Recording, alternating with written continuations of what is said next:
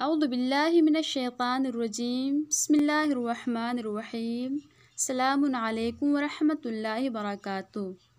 تفسیر نہج البلاغہ کے عنوان سے 17ویں کلمہ حکمت کی تفسیر حوزہ علمیہ جامع حیدریہ عباس آباد کی طرف سے آپ کی خدمت میں پیش کی جاتی ہے۔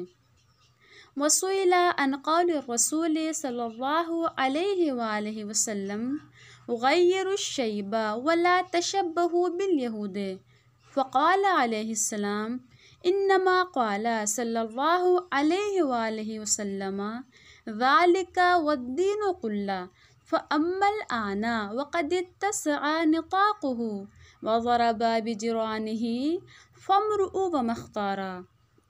امام علی علیہ السلام سے پیغمبر اکرم کے اس ارشاد کے بارے میں سوال کیا گیا کہ پیغمبر اکرم نے فرمایا ضعیفی کو خضاب کے ذریعے بدل دو اور خبردار یہودیوں کی شبیہ نہ بنو۔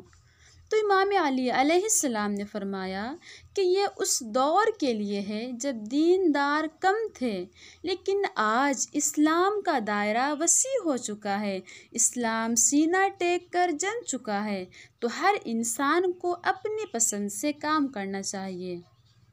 امام علی علیہ السلام کے کلام میں نطاق کا معنی ہے کمر کا پٹکا، لیکن یہاں ایک محدود دائرے کے لیے استعمال ہوا ہے۔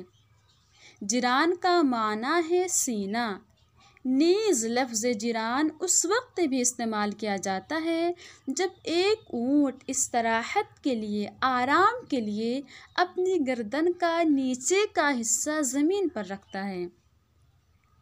آغاز اسلام میں مسلمانوں کی تعداد بہت کم تھی اور ان کے درمیان ضعیفوں کا ایک گروہ موجود تھا، تو اس وقت پیغمبر اکرم نے اصرار کیا کہ بوڑھے افراد جوانوں کا چہرہ اختیار کر لیں تاکہ یہ چیز دشمن کے خوف کا سبب بن جائے اور تمہارے درمیان ضعف کی نشانی نظر نہ آئے۔ اس لیے پیغمبر اکرم نے حکم دیا کہ خضاب کچھ اس طرح کیا جائے کہ دشمن، چاہے وہ یہودی ہوں یا مشرکین ہوں، اس کام سے باخبر نہ ہونے پائیں اور تمہارے درمیان احساس ضعیفی بھی نہ کریں۔ امام علی علیہ السلام نے اس حکمت آمیز کلام میں ایک نقطہ بیان کیا ہے کہ ہر حکم اپنے موضوع کا تابع ہوتا ہے، تو اگر موضوع تبدیل ہو جائے، موضوع کے ساتھ حکم بھی تبدیل ہو جائے گا۔ مثلا شراب کلی طور پر حرام ہے، لیکن اگر شراب سرکے میں تبدیل ہو جائے تو وہ سرکہ حرام نہیں رہے گا، یا کافر نجس ہے، لیکن اگر کافر مسلمان ہو جائے، چونکہ موضوع تبدیل ہوا تو حکم بھی تبدیل ہو جائے گا، تو اب وہ مسلمان نجس نہیں رہا، وہ پاک ہے۔ لیکن یہاں دو سوال پیش آتے ہیں۔ سب سے پہلا سوال یہ ہے کہ پیغمبر اکرم نے فرمایا حلال محمد حلال ابدا الی یوم القیامت وحرامہ حرام ابدا الی یوم القیامت، کہ پیغمبر اکرم کا حلال کیا ہوا قیامت تک کے لیے حلال ہے، اور پیغمبر اکرم کا حرام کیا ہوا قیامت تک کے لیے حرام ہے۔ تو پیغمبر اکرم کے یہ حدیث مبارکہ امام علی علیہ السلام کے اس حدیث سے کیسے سازگاری رکھتی ہے؟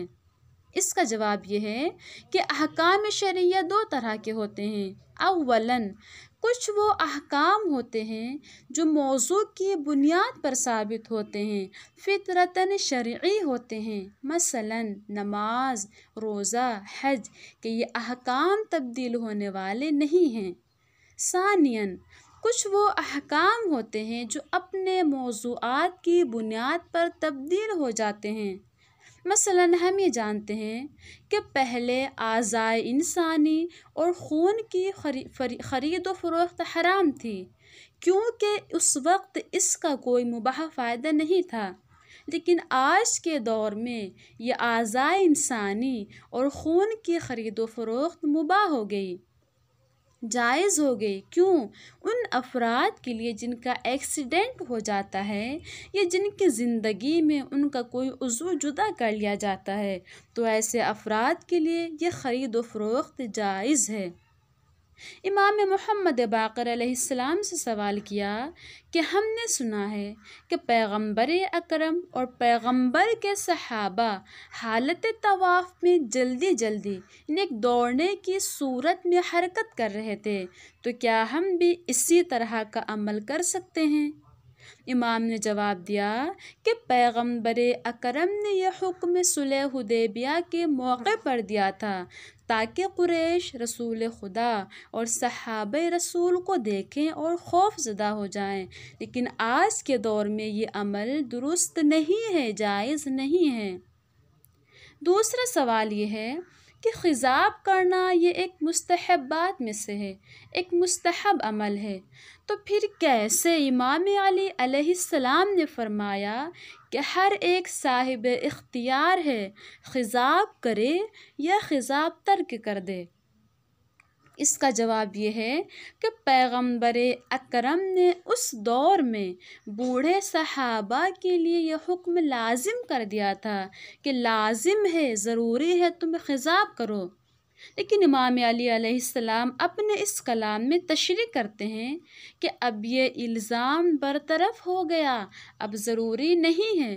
چونکہ ضروری نہیں ہے تو ہر ایک آزاد ہے، ہر ایک صاحب اختیار ہے کہ وہ خضاب کرے یا خضاب کو ترک کر دے۔ اب خضاب لازمی نہیں رہا، اس کی لازمی صورت برطرف ہو گئی۔ لیکن موضوع کے تبدیل ہونے کا مقصد یہ نہیں ہے کہ خون یا اعضاء تبدیل ہو جاتے ہیں۔ مثلاً گزشتہ دور میں خون یا اعضاء کی خرید و فروخت جائز نہیں تھی اور اب جائز ہو گئی، تو اس کا مطلب یہ نہیں ہے کہ خون یا اعضاء تبدیل ہو گئے، یا پھر اس کا مطلب یہ بھی نہیں ہے کہ خضاب کسی دوسری چیز میں تبدیل ہو گیا، نہیں، بلکہ مقصد یہ ہے، امام یہ سمجھانا چاہتے ہیں کہ جب حکم کی شرائط، حکم کا معیار، حکم کا فلسفہ تبدیل ہو جائے گا تو ویسے ہی حکم میں بھی تبدیلی آئے گی۔ مثلاً مسلمانوں کی کمزوری کے زمانے میں خضاب کرنا ضروری تھا، لازم تھا، لیکن اب اسلام کا دائرہ وسیع ہو چکا ہے، مسلمان قوت کے حامل ہو چکے ہیں، تو اب یہ خضاب کرنا لازم نہیں رہا بلکہ خضاب کرنا مستحب ہو گیا۔ تو کمزوری کے زمانے میں خضاب کرنا اور قوت کے زمانے میں خضاب کرنا، یہ دونوں الگ الگ موضوع شمار ہوتے ہیں۔ اور پیغمبر اکرم نے اپنے صحابہ کو خضاب کرنے کا حکم کیوں دیا تھا؟ اس کی وجہ یہ ہے کہ یہودیت میں خضاب کرنا ایک عیب شمار ہوتا تھا اور بعض مسلمان بھی اس نظریے سے متاثر تھے، یعنی وہ بھی اس چیز کو عیب سمجھتے تھے۔